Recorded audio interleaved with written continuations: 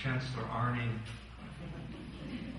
and I have both left the normal realm of academia, and I think that's why he quoted a passage talking about sabbatical so frequently, since we both yearn for one. I just want to make sure that my mother has a comfortable seat. Please sit here.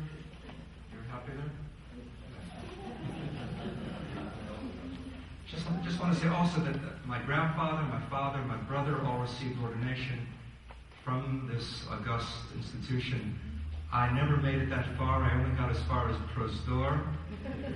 But I really didn't have to go any further because 3 of my prostor teachers were Ray Sheglin, Joel Roth, and Lee Levine, among others, and I feel like they really started me on a path that somehow led to Zohar.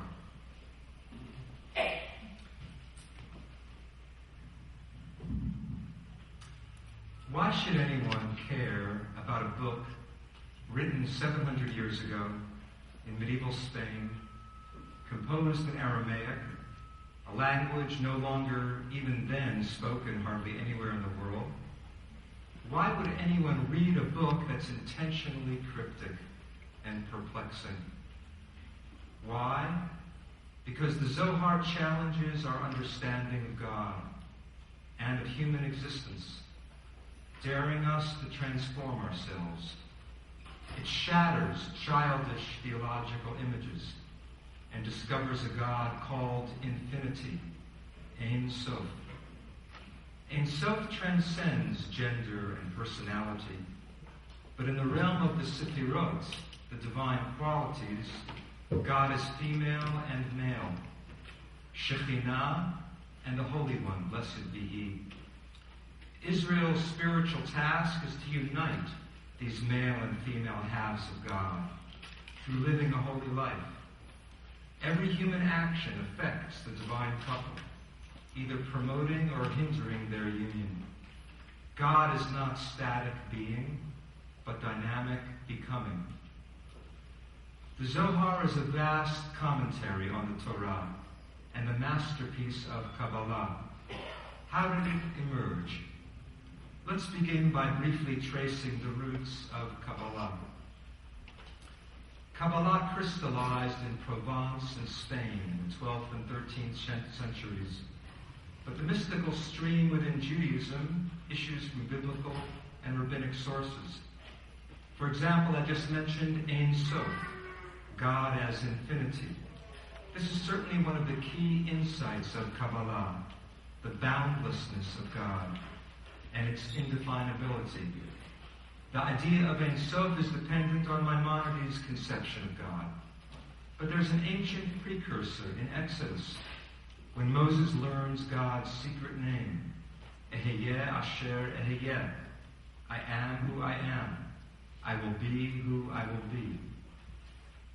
Of the various visions of God in the Bible, the most graphic account is undoubtedly the opening chapter of Ezekiel. Standing by a river in Babylon, the prophet sees a throne whirling through heaven, accompanied by 4 winged creatures, darting to and fro. On the throne is a figure with the appearance of a human being, surrounded by radiance like a rainbow. Ezekiel experienced this vision near the beginning of the 6th century BCE.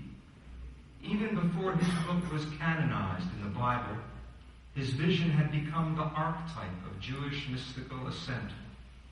Until the emergence of Kabbalah, Jewish spiritual seekers used Ezekiel's account as their model. It came to be called Maaseh Merkavah, the account of God's chariot throne, an account that was studied, expounded, and re-experienced. An entire literature developed recounting the visionary exploits of those who followed in Ezekiel's footsteps. Among them, some of the leading figures of rabbinic Judaism, such as Rabbi Akiva and Rabbi Ishmael. The mystical journey was arduous and dangerous, requiring intense ascetic preparation, precise knowledge of secret passwords in order to be admitted to the various heavenly palaces, which were guarded by menacing angels. Among the prerequisites were knowledge of Torah, observance of the mitzvot, and ethical purity. The final goal was to attain a vision of the divine figure on the throne. The account of the chariot, Maaseh Merkavah, constituted one major branch of early Jewish mysticism. The other was Maaseh Bereshit, the account of creation, cosmology. The text revealing these secrets was Sefer Yetzirah, the book of formation, the book of creation, probably composed in the land of Israel around the 3rd century. Here we are told how God created the world by means of the 22 letters of the alphabet and the 10 sefirot, a term that appears here for the first time. These sefirot are numerical entities, living numbers, 1 through 10, ciphers, potencies through which creation unfolds. Over the following centuries, individuals and small groups pondered the secrets of Maaseh Bereshit and Maaseh Merkavah, developing techniques of meditation and refining their conception of God. As Jews migrated from the Middle East to Europe, the techniques and speculations spread to the West. Certain mystical teachings were referred to as Kabbalah, literally receiving, that which has been received, tradition. Gradually, the term Kabbalah was applied to the whole body of mystical tradition. Toward the end of the 12th century, in the fertile region of Provence, we find an active circle of Kabbalists in the midst of a vibrant Jewish community whose culture encompassed rabbinic law and philosophy, along with mysticism. From Provence, Kabbalistic teachings spread southward, spilling over the Pyrenees into Spain. Here, in the 13th century, the movement crystallized. Its masterpiece was Sefer HaZohar. What is the Zohar? The title means radiance or splendor, based on a verse in the book of Daniel, V'hamaskilim yazhiru kezohar harakia. The enlightened will shine like the Zohar, the radiance of the sky. The Zohar seemed to appear out of nowhere. Around the year 1280, a Spanish Kabbalist named Moses de Leon began circulating booklets of biblical commentary. These were the first installments of the Zohar, written in lyrical Aramaic, sparkling with invented words, arcane symbolism, and erotic imagery. The tales and teachings were puzzling, yet enchanting. Moses de Leon claimed that he was merely the scribe, copying from an ancient manuscript.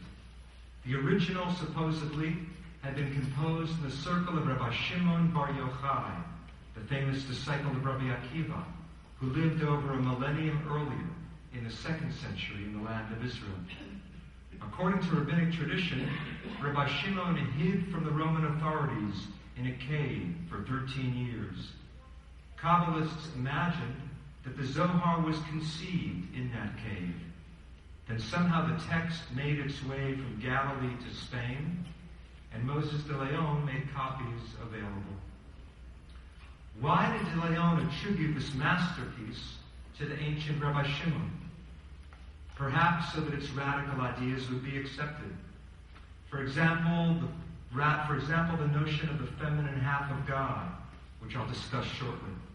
This is probably the boldest contribution of the Kabbalists, a revival of the ancient myth of the goddess, supposedly expunged by Judaism. If Moses de Leon had come out and said, I have an idea, God is a woman, it may not have gone over so well. But now, lo and behold, the ancient Rabbi Shimon was describing Shekhinah, celebrating her exploits, tracing her romance with her divine male partner. The guise of ancient authority was one factor in de Leon's decision to write pseudepigraphically, attributing the Zohar to the ancient Rabbi Shimon. But perhaps de Leon actually believed that he could commune with this ancient Rabbi Shimon, that he was channeling ancient wisdom. A more down-to-earth motivation is revealed in another medieval source, an account of something supposedly said by the wife of Moses de Leon. When Moses de Leon died in the year 1305, he left his widow without much money. A rich Kabbalist offered her a large sum if she would show him the original manuscript from which de Leon claimed to have copied the Zohar. His widow, however, said that she couldn't produce this manuscript because her late husband, quote, wrote what he did out of his own mind. And when I saw him writing without any material before him, I used to say to him, why do you tell everybody that you're copying from a book when you have no book and you're writing out of your own head? Wouldn't it be better for you to say that the work was your own creation? Then you'd get more credit. According to this report, her husband, Moses de Leon, replied, quote, if I told them my secret and that what I wrote was my own invention, they wouldn't listen to my words and they wouldn't pay anything for them because they would say that I had made it all up. But now when they hear that I'm copying passages for them from the Zohar, written under the influence of the Holy Spirit by Rabbi Shimon Bar Yochai, they pay a lot of money for them, as you can see. This story may be an invention, but it's likely that financial considerations were a factor in Moses de Leon's narrative scheme. By attributing his work to the ancient Rabbi Shimon, Moses de Leon convinced many people to accept and respect the Zohar. Few dared to challenge the authority of Rabbi Shimon Bar Yochai, and gradually the Zohar became HaZohar HaKadosh, the Holy Zohar, the canonical text of Kabbalah. Nearly all of subsequent Kabbalah is based on its teachings and its poetry. Only in relatively recent times has Moses de Leon's actual role become clear. Far more than a scribe, he was the composer of the Zohar, though he certainly drew on earlier material, and may have collaborated with other Kabbalists.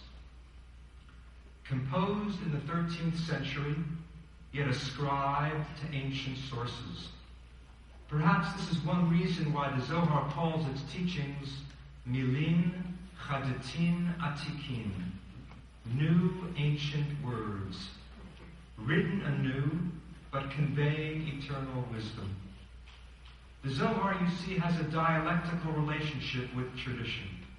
Though firmly rooted in the Bible and Midrash, the Zohar thrives on new discovery. We often find interpretations introduced as follows. This verse has been discussed, but come and see. This verse has been established, but come and see. The Zohar shows how one can be conservative and radical simultaneously. The Zohar celebrates creativity. Perhaps Moses de Leon picked up some of this enthusiasm from another Kabbalist, Jacob ben Sheshet, Yaakov bar Sheshet, who says, it's a mitzvah for every person to innovate in Torah according to his capacity. After one of his innovations, Ben Sheshet writes, do not think that this is far-fetched. If I had not invented it in my mind, I would say that it was transmitted to Moses at Mount Sinai. That's a remarkable line. The author feels that his creativity is as authoritative as revelation. Though fully conscious of his creativity, he's convinced that it harmonizes with the source of tradition. As I've indicated, most of the Zohar consists of a mystical commentary on the Torah. It penetrates the pshat, the simple meaning of the verse, searching for something beneath the surface, something more profound. Quote, there is not a single word or letter in the Torah that does not contain sublime and precious secrets, unquote. The message throughout is, don't be content with a simple meaning. Question the text. Questioning becomes a supreme value. Verse by verse, the Zohar surprises and challenges the reader. Each biblical verse is simply the starting point, a springboard for the imagination. The Zohar is primarily a biblical commentary, but it is shaped as a kind of mystical novel. Rabbi Shimon and his colleagues wandered through the hills of Galilee, sharing secrets of Torah. Now and then they encounter strange characters on the road.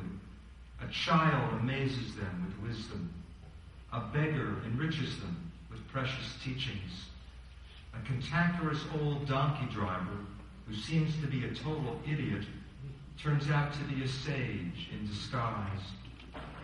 The Zohar, you might say, is a medieval experiment in fiction, a hidden treasure of civilization, recently rediscovered and reclaimed. Think of Dante's Divine Comedy, written only a few decades after the Zohar. The Zohar, too, journeys through realms of heaven and hell. One of its central themes is the mystery of the eternal feminine, both human and divine. Think of Chaucer's Canterbury Tales, written about a century after the Zohar. The Zohar, too, describes a kind of pilgrimage, devotees of Torah journeying to discover Shekhinah, the divine presence. As in Chaucer, the travels are enriched by tales. Think of Don Quixote, written in Spain about 300 years after the Zohar. The rabbis of the Zohar are also engaged in a fantastic quest to vanquish evil and mend the world. If Don Quixote is a knight-errant, a wandering knight, then the hero of the Zohar, Rabbi Shimon, is a saint-errant, a holy man wandering in search of wisdom.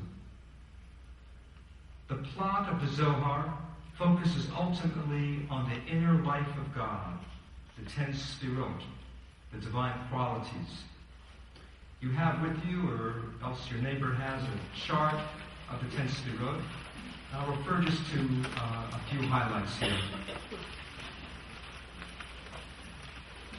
Major characters of the Torah reflect various Sfirot, these divine qualities. Abraham, for example, symbolizes Chesed, over on the right. Chesed because Abraham embodied love. Didn't he sit outside his tent, welcoming and nourishing all passers-by, ushering them into the reality of the one God? Isaac, nearly sacrificed by his father, represents Gevurah, power, also known as Din, judgment, and Pachad, fear. Jacob attained the central rung of Tiferet, beauty, or harmony, balancing the polar opposites, Chesed and Din, love and judgment. But Tiferet too is incomplete unless he joins with his beloved, Malchut, or Shekhinah, who is symbolized by Rachel. As the Zohar traces the lives of the biblical heroes, it explores the cosmic interplay of the Sfirot. The divine romance is a constant theme, conveyed through numerous startling interpretations. Seen through the Zohar's mystical lens, the Torah becomes a biography of God. Transcending or encompassing all the Sfirot is Ein Sof, literally endless, the infinite. You might picture Ein Sof as the white space all around the Sfirot, and then, of course, extending in all directions to infinity. So the Sfirot are manifestations of the boundless. Ein Sof is indescribable. The Sfirot are the various qualities of God. This new name, Ein Sof, invented by Kabbalah, is indebted to Maimonides and his negative theology. In other words, don't try to describe God, who God is. God is beyond description. Rather, say what God is not. Maimonides had taught, quote, the description of God by means of negations is the correct description. With every increase in the negations regarding God, you come nearer to the apprehension of God. If we must use a name for God, Ein Sof seems appropriate. But taking negative theology to its extreme, the Kabbalists invent another more radical name, Ayin, nothingness. Aleph Yud Nun. We encounter this bizarre term, nothing, among Christian mystics as well. John Scotus Erigena, writing in Latin, calls God nihil. Meister Eckhart in German, nicht. John of the Cross in Spanish, nada. What does it mean to call God nothingness? This does not mean that God does not exist. Rather, it conveys the idea that God is no thing. God is undifferentiated being, neither this nor that, the oneness that is no particular thing, no thingness. This mystical nothingness is neither empty nor barren. It is fertile and overflowing, engendering the various other sephirot, and through them all forms of being.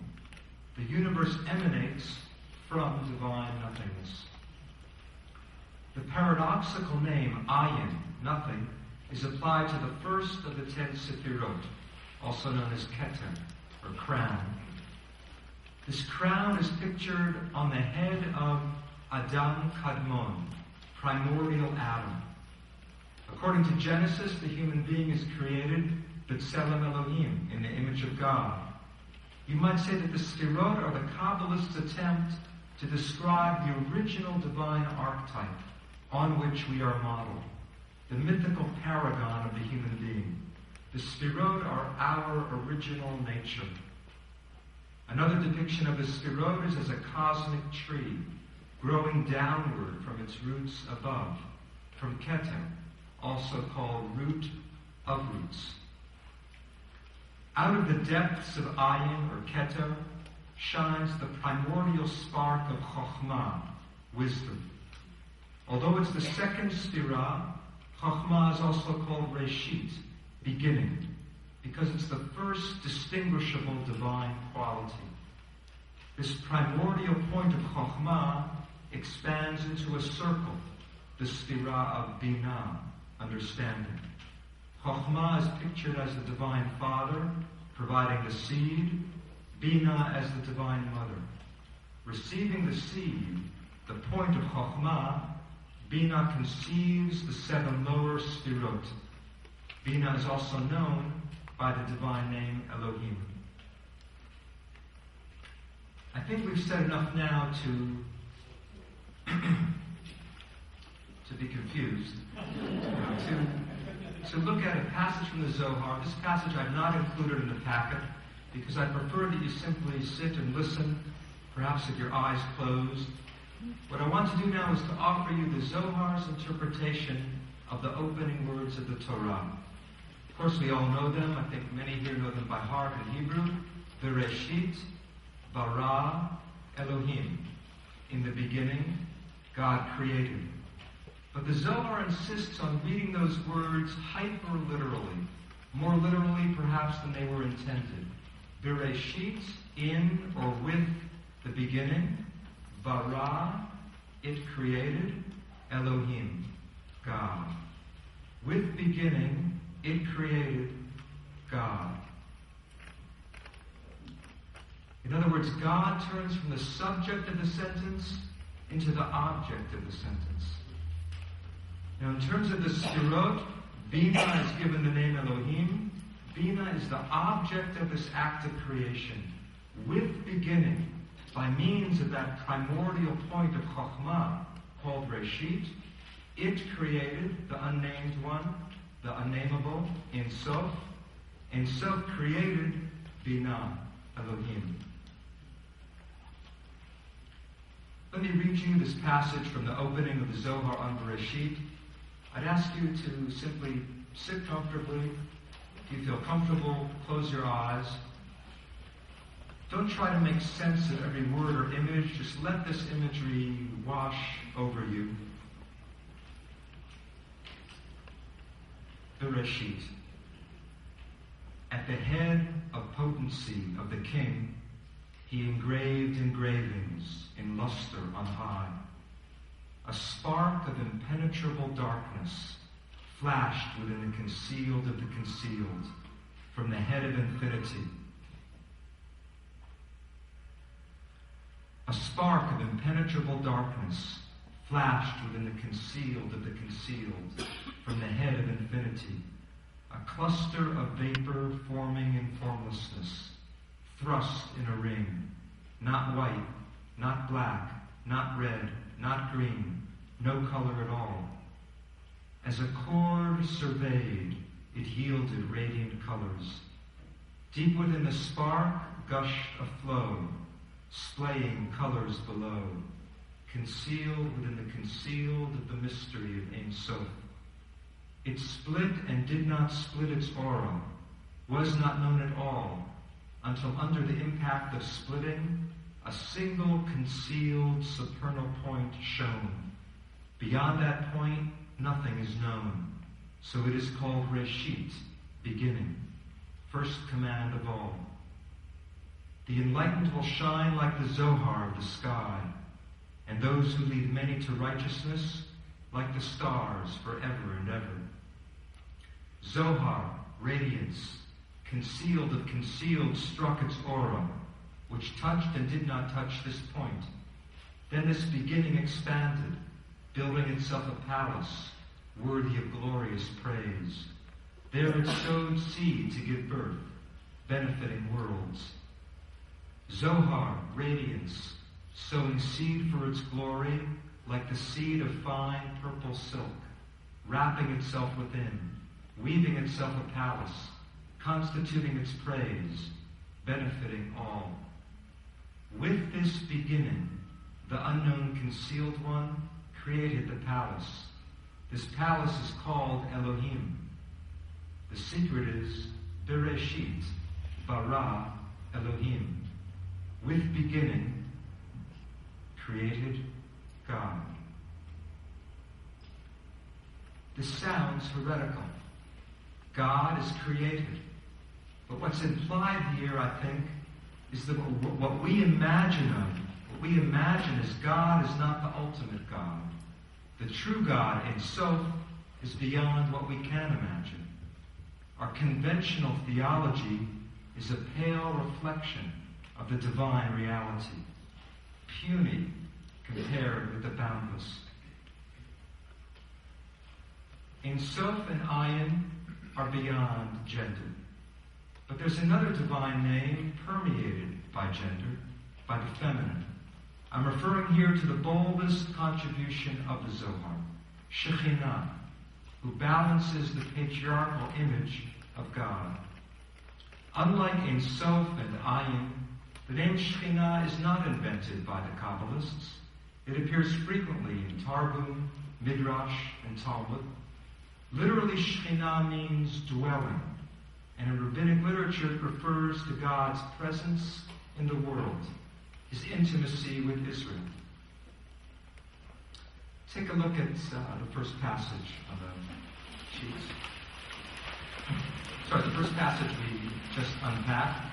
The second passage. The Midrash asks, why did God appear to Moses in a burning bush?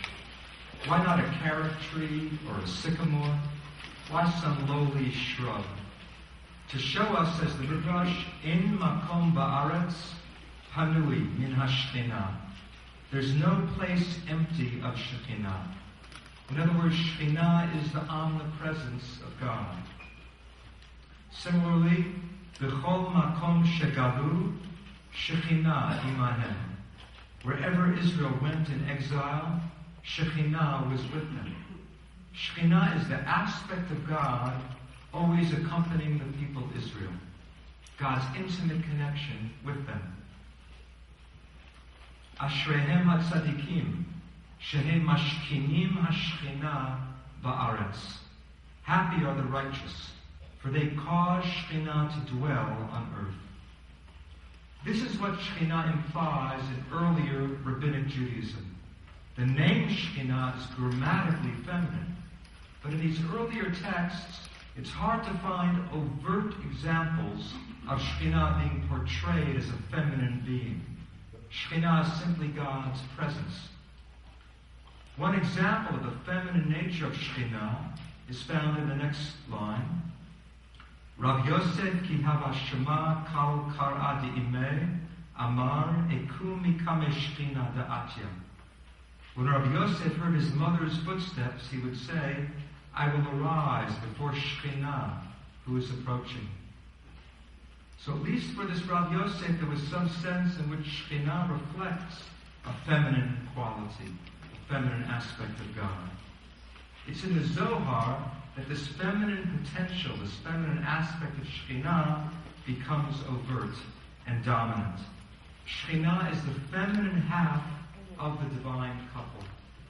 If you glance back at that chart of the Sfirot, the goal of this whole process is to unite the masculine core of God, Tiferet, also known as the Holy One, blessed be He, with Malchut, one of the names of, also known as Shekhinah. The goal is to unite the masculine and feminine, to unite Tiferet and Shekhinah. How do we unite these two halves of God? By enacting the mitzvot, by delving deeply into Torah. Every holy action, every good deed serves as an aphrodisiac for the divine couple. When a human couple marries and unites in love, they are imitating and stimulating the union of Shekhinah and Tiferet. God needs us in order to be complete, in order to manifest in the world. One of the most striking names of Shekhinah is Sod HaEfshar, the secret of the possible. By living a holy life, we actualize the divine potential in the world. Let's look at a passage from the Zohar about Shekhinah. The next page, number 6.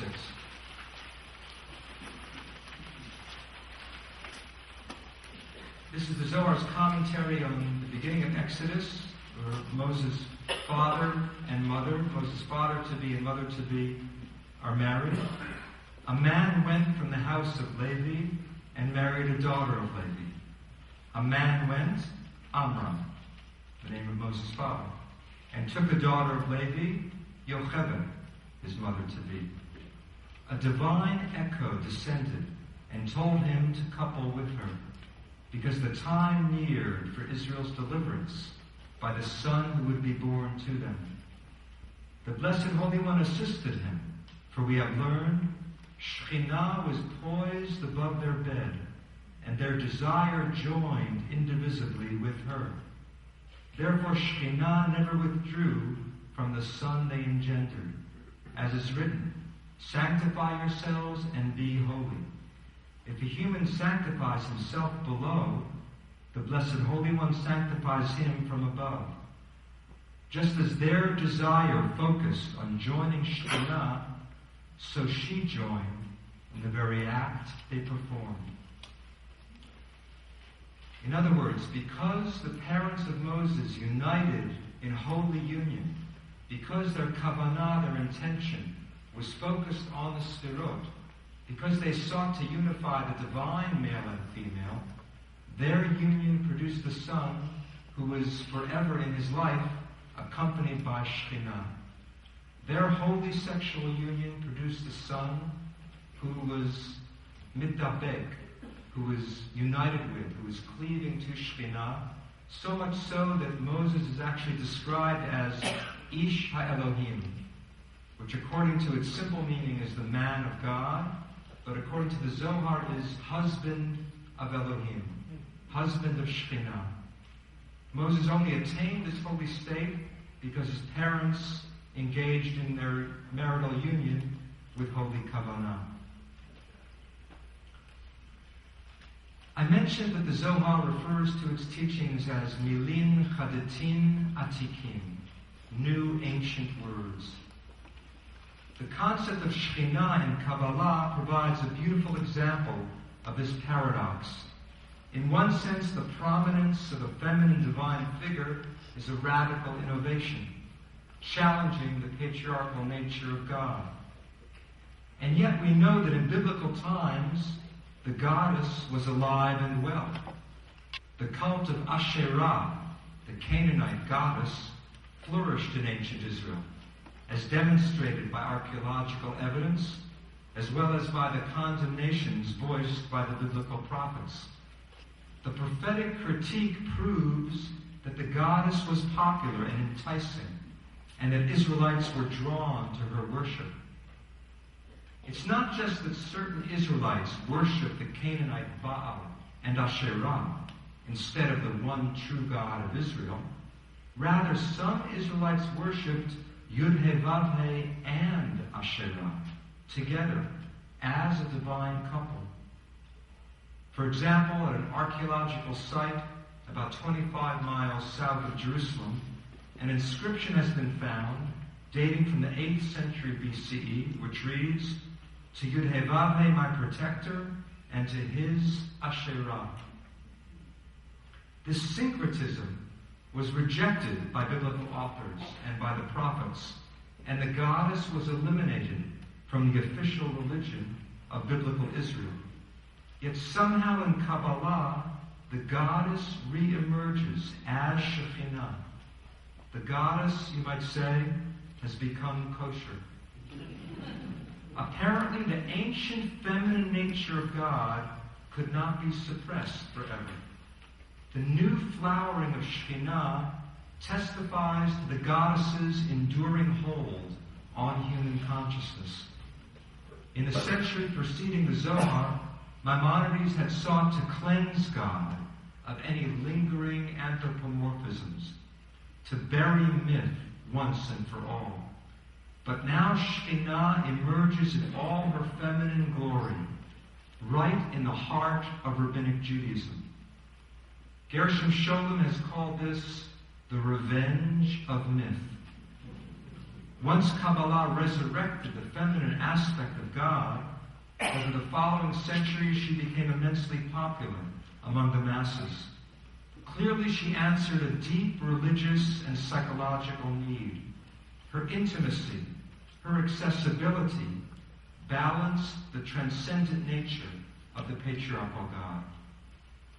In one remarkable passage, the Zohar actually states that Shekhinah was originally named Asherah. Her divine partner is called Asher, and Shekhinah was called Asherah. She was the original Asherah. However, the Canaanites didn't recognize Shekhinah. In her place, they worshipped the Canaanite goddess.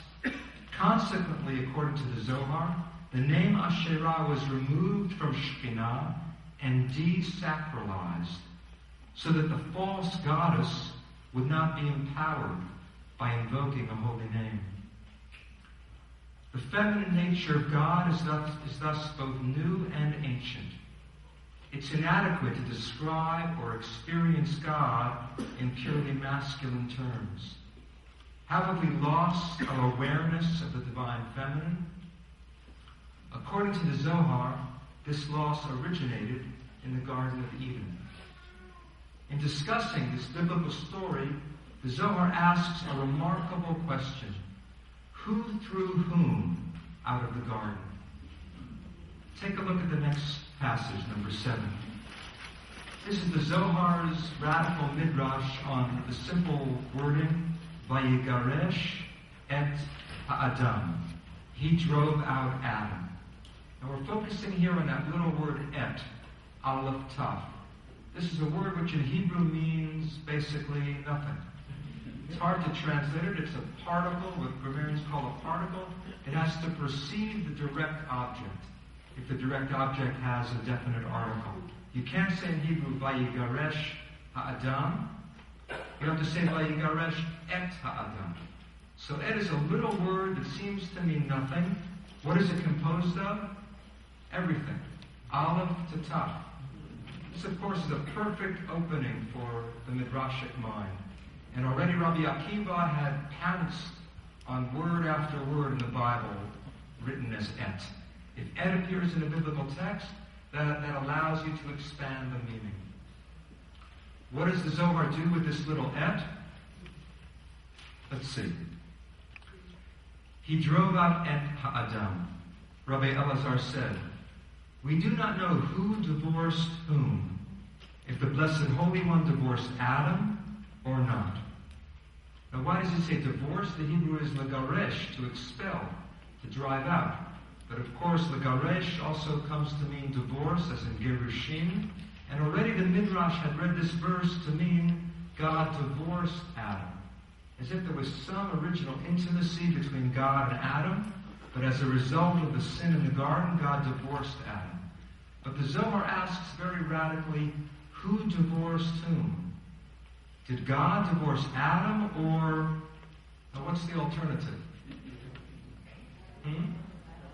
You said. Okay, the Zohar wouldn't come out and say that. It's too heretical, but the Zohar says, or not.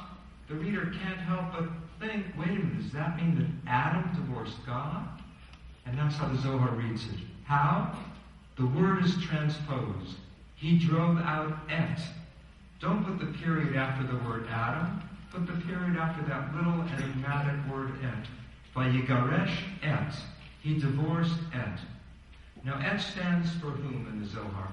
Let me give you a hint. Any question I ask tonight, the correct answer is Shekhinah. So, who does et stand for? Shekhinah. He divorced Shekhinah. Who divorced Shekhinah? Look at the next word in the verse. It tells you. Adam. Adam drove out Shekhinah, known as et. Now, why is Shekhinah et? She is Aleph to Tav.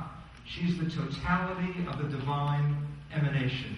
If Keter is Aleph, Shekhinah is not Tav, Shekhinah is Aleph to Tav. Because each Sphirah includes the previous Sphirot. So Shekhinah is the full range of divine language, Aleph to Tav. The full range of divine emanation. He drove out, he divorced Shekhinah. Who divorced Shekhinah? Adam. Adam actually drove out et. Consequently, it's written, Yud-He-Vav Elohim expelled him from the Garden of Eden. Why did God expel Adam? Because Adam drove out et, as we have explained. That's the most beautiful line here. All of a sudden, it's an ancient tradition. To welcome her back into our lives by striving for holiness, by living virtuously, by pausing and reawakening our sense of wonder. I'd like to close, before we open it up to questions and discussion, with one more passage from the Zohar, the last one you have here. This is the Zohar's commentary on a verse from Eshet Chayil. Noda b'sha'arim ba'ala. Her husband is known in the gates. Eshet Chayil, of course, stands for whom? Rabbi Yehuda opened. Her husband is known in the gates as he sits among the elders of the land. Come and see. The Blessed Holy One has ascended in glory. He is hidden, concealed in utmost loftiness. There is no one in the world, nor since the day the world was created has there ever been, who can comprehend his wisdom or apprehend him. For he is hidden, concealed, transcendent, beyond. All beings above and below cannot grasp, till finally they declare, Blessed be the glory of Yud-He-Vav-He from his place. Those below proclaim that he is above, as is written, your glory is above the heavens. Those above proclaim that he is below, as is written, your glory is over all the earth. Finally, all of them, above and below, declare, Baruch kavod Adonai mimkomo. Blessed be the glory of Yud-He-Vav-He from his place. For he is unknowable. No one has ever been able to comprehend him. Yet you say her husband is known in the gates. Before you turn the page, and normally when you come to the bottom of the page, you turn the page. But with the Zohar, you come to the bottom of the page, you stay on the page. Let's just look at this for a moment until that point. Obviously, the Eshet Chayil in this verse, in this poem in Proverbs, is Shekhinah. Her husband, you would imagine her husband is Tiferet, her masculine partner. Here it seems to be the transcendent God, maybe even beyond a specific sphira, all of the higher sphirot, or as it turns out later in the passage, perhaps Ein Sof itself, the boundless God. In other words, there's the immanent God who is the wife, and her husband, or the transcendent figure, is the region beyond, extending all the way to the infinite. Rabbi Yehuda's problem is, how can you say her husband is known? That transcendent aspect of God is unknown, is unknowable.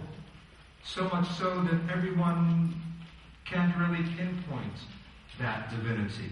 Those on earth say that God must be above. The angels above think that God perhaps is below.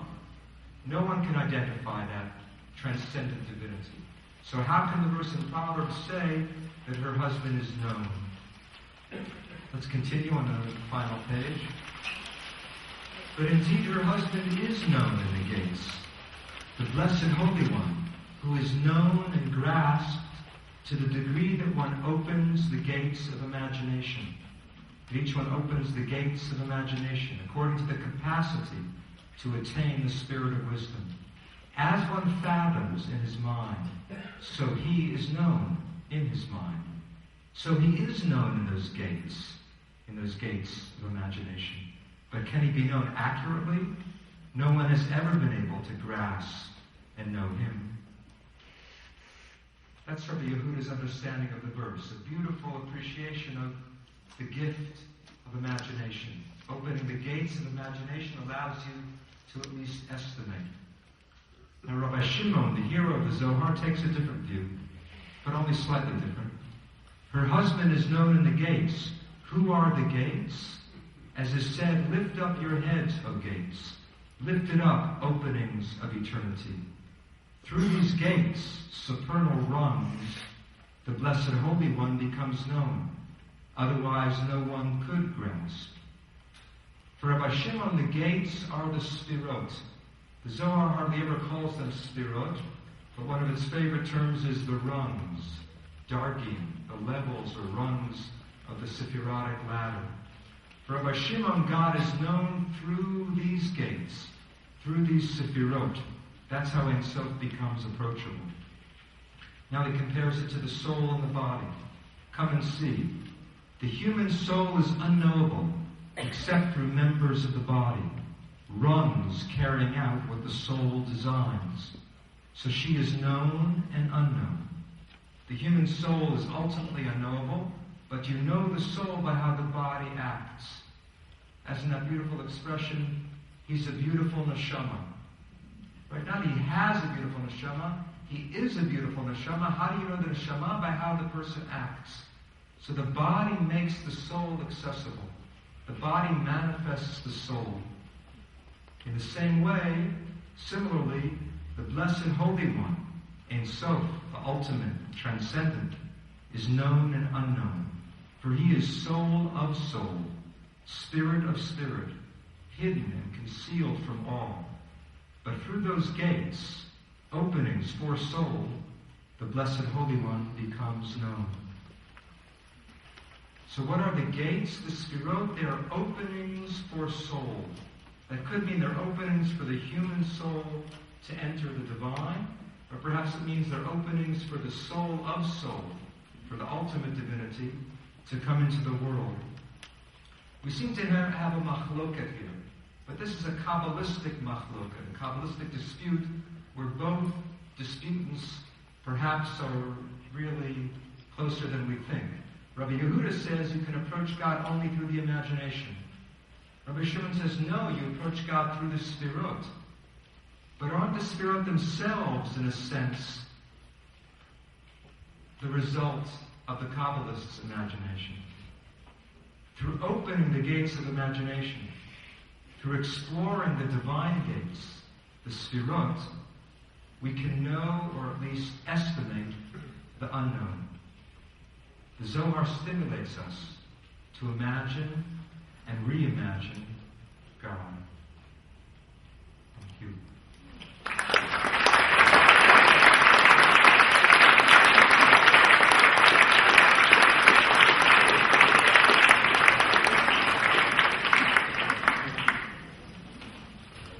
We have time for some questions. Who should I call in first? Srinivas got to be the answer, right? Please. In the early part of the Zohar, it talks a lot about or, like in a variety of different ways. It almost appears that it's much more than just the sun, and certainly more than what Edison created. Could you say something about what the Zohar thinks of as light? The Zohar and light. I mean, light is one of the prime images in all mystical literature and all religious literature. For science, it's one of the most puzzling phenomena. Is it matter? Is it energy? Light is part of the spectrum, part of the electromagnetic spectrum. In Genesis, light is the first thing created that can be called light. And according to the Midrash, that light of creation is really God's own being, as if God is becoming the universe through light. So light is material and spiritual simultaneously, is wave and particle. For the Zohar, light is the whole stream of emanation. And the Zohar loves to develop the theme of Or HaGanuz, the hidden light, because that light of the first day is before sunlight. The sun doesn't come about until day 4. So the light of the first day is previous to what we think of as light. It's really divine energy unfolding, and it characterizes all the sefirot, most prominently Chokhmah, that point of primordial divine power, and Chesed. Chesed is identified with the light of day 1. These 7 lower sefirot are each identified with one day of the week, but the 3 highest sefirot are beyond exploration in some sense. Chesed, that 4th sefirah, is day 1 and is the light of creation. So the light for Zohar is divine energy becoming creation. Please. Could you comment on how the Sefer Yetzirah, the Bahir, appearing about 1175, the Zohar, and other things that appeared before, but especially how later on in 1572, well, really later on from Vital, Ha'ari's concepts, which was so radical, so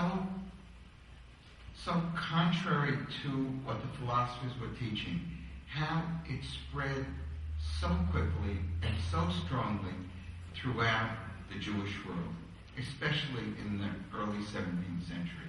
But going even back to Zohar, how was that adopted? This would be considered heresy by so many, and yet it was eaten up hook, line, and sinker, and still seems to be so today.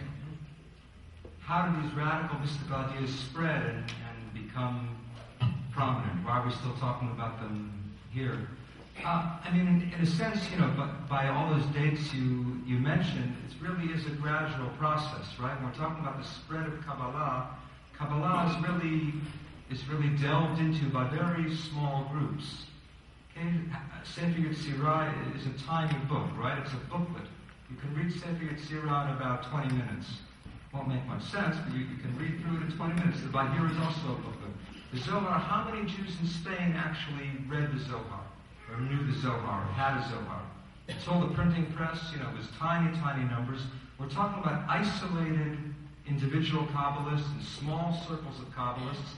In some ways you could say it was because, or as a result of the expulsion of the Jews from Spain, that Kabbalah spread.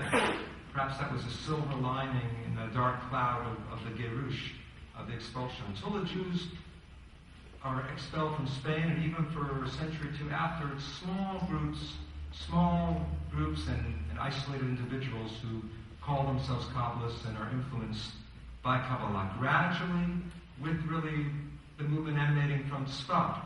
It's in Tzfat that you have popularizations of Kabbalah that are written. Basically books of Kabbalistic ethics. Kabbalistic ethical literature begins to spread these ideas to wider circles. And Hasidism should really be understood, I think, as the popularization of Kabbalah. Hasidism really spreads Kabbalah to the masses. That's why it aroused so much opposition. Some of the same criticism you hear now about the popularization of Kabbalah, you could find directed against the Hasidim. Right? Some of the most bitter opponents of Hasidism were Kabbalists. Not because they objected to the ideas, these were ideas of Kabbalah, but because it was being spread to the masses. So I think it's really a gradual process. It's really 500, 600 years from the Zohar till we hear wide circles of Jews who maybe wouldn't call themselves Kabbalists, but are comfortable, are familiar, are imbued with for example, the notion of Shekhinah. It's a gradual process, and certainly part of the secret of the success is that people really believe that the Zohar was ancient. If Moses Leon had not been successful in convincing at first small groups and gradually many larger groups that the Zohar really did go back to Tannaitic times, the Zohar would have aroused a lot more opposition compared to what happens in Islam and Christianity. Islamic mysticism, Sufism, aroused tremendous opposition. Christian mystics, although there were many of them were condemned and hounded by the church. Meister Eckhart was really an exact contemporary, just a couple decades after Moses de Leon. He had great trouble with the Dominicans because of his radical notions. His notions were very similar to some of the insights of Kabbalah. Eckhart says he's interested in the God beyond God. It's a beautiful definition of Ein Sof, the God beyond God. So the Kabbalists were able to promote radical ideas because of their commitment to tradition. Okay, whatever else Kabbalah means, it means tradition. The Kabbalists were fully believing Jews. They were reacting against Maimonides in some ways and insisting on the personal God. As they were promoting Ein Sof, the impersonal, they insisted on the reality of the personal God. The Sphirot are more personal, more anthropomorphic than even the biblical God or the rabbinic God. So I think it's partly because of the commitment to tradition, the commitment to mitzvot. What's the difference between Spinoza and a Kabbalist? Mitzvot, basically. Also biblical criticism, but mitzvot. The Kabbalists are committed to the regimen of halakha, and whatever they said about God was more palatable because of their complete acceptance of mitzvot. Follow. But we have so much in the way of opposition to Chassidut, for example. We have so many Rabbanim throughout the millennia who are fighting over every little dot and every little kamatz and patak and so on and so forth. How does this new, and I go back to Luria where after Vitala really spread, how does this new theology just get absorbed by the Jewish world? And until really the opposition with Baal Shem Tov, as witnessed by the success of Shabtai Tzvi, there was little opposition to the Lurianic concepts, the new anatomy of God, the new psychology of God. Yeah, I think the contrast, what's the difference between Hasidism and Kabbalah? It's really much less emphasis on learning and flagrant public celebration. The Kabbalists were much more tzniistic. The Kabbalists were much more reserved and private, and they didn't really make a show of their ecstasy. It was an inward ecstasy or a private ecstasy, and there must have been a tremendous resonance that this notion of Shekhinah is central. Shekhinah is a beautiful example of that new ancientness in another sense. It's radically new, but it's also right there in Chazal. Any typical page of Midrash or Talmud will speak about Shekhinah. So it's not radically new in that sense, but the sexuality of God is certainly, a striking element of Kabbalah. Why didn't it arouse so much opposition? Few people are reading it, and people were also yearning for that. There must have been a sense that in some way the traditional patriarchal God was not the whole picture. The fact that the Zohar was successful in attributing this to ancient sources and their own reserve and their own commitment to learning, those to me seem to be the important factors, the important difference. Yes?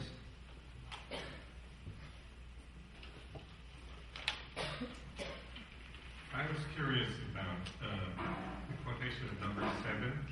Number 7, goodness of the number. Yes, Vayigaresh to Adam. Yeah, right. I remember that God says, behold, they have become like one of us. And I always assumed that what that meant in the acquisition of the knowledge of good and evil. I'm not sure if that's equated with Chokhmah, Binah, whatever that is. Mm-hmm. But you said that he lost touch with the divine. That what? That Adam lost touch with the divine. And that's why he was thrown out. So it seemed to me that the eating of the apple put him more in touch with the divine. So I'm a little confused about that. You understand my question? Right. What's involved in eating of the fruit of knowledge of the tree of good and evil? Yeah. That is considered, a deep secret of Kabbalah. In general, eating of the fruit of knowledge of good and evil, that tree is identified with Shekhinah. The tree of life is identified with Tiferet, and Eitz Hada'at Tov Ra, the tree of the knowledge of good and evil, is identified with Shekhinah. So what was Adam's sin? That he grabbed Shekhinah and separated her from Tiferet. He took the fruit of the tree of knowledge and split it off from the tree of life. He should have united these two divine qualities. Instead he was Mekatzetz Banatiot. He's cut the plants, he split the plants, he divided this spherotic tree instead of unifying it. In some ways, he failed to unite the divine couple. In that sense, he divorced Shekhinah from Tiferet. Adam should have contemplated the divine union, and instead he split off Shekhinah. Now, exactly what that means, psychologically, existentially, there are many speculations. It's hard to know what the Zohar means. There's a remarkable passage in the Zohar where Rabbi Shimon makes a journey to the Garden of Eden, makes a journey to paradise, and there he finds Adam. And Adam says to Rabbi Shimon, please, when you go back, don't tell anyone the real nature of my sin. It's very puzzling. It's as if, of course that makes the reader think, there is a deeper secret to the nature of his sin. So it's seen as the inner secret of Kabbalah is knowing where Adam went wrong.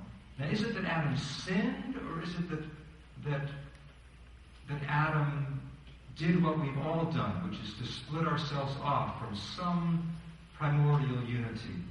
I would offer it as a kind of psychological midrash on the Zohar. I'm not claiming the Zohar says that, but one way to understand psychologically what the Zohar is talking about is that each human being recapitulates what happened to Adam or Adam and Eve. Each of us begins in a state of oneness, begins without a sense of being a separate self, and at some very early point becomes aware of a separate ego, and thereby splits oneself off from the oneness, from the whole.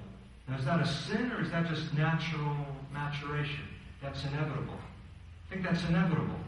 The spiritual task is to reintegrate ourselves somehow with this oneness, but without regressing, without going mad, and somehow reacquainting ourselves with that mystical unity. You can see Arnie wants to get on his bicycle and bike around Central Park. Before I thank Dan,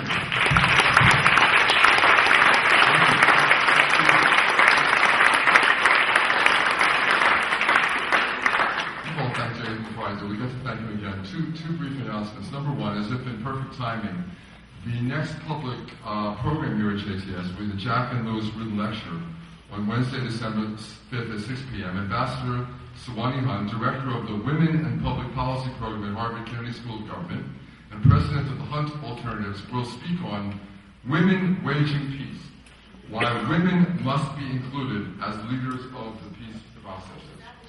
The connection between Shekhinah and Shalom is indeed deep, right? And please, once again, note that Dr. Matt has agreed to sign copies of his books, and they will be outside the lobby for signing. I thank you all for being here. I thank Danny Matt for his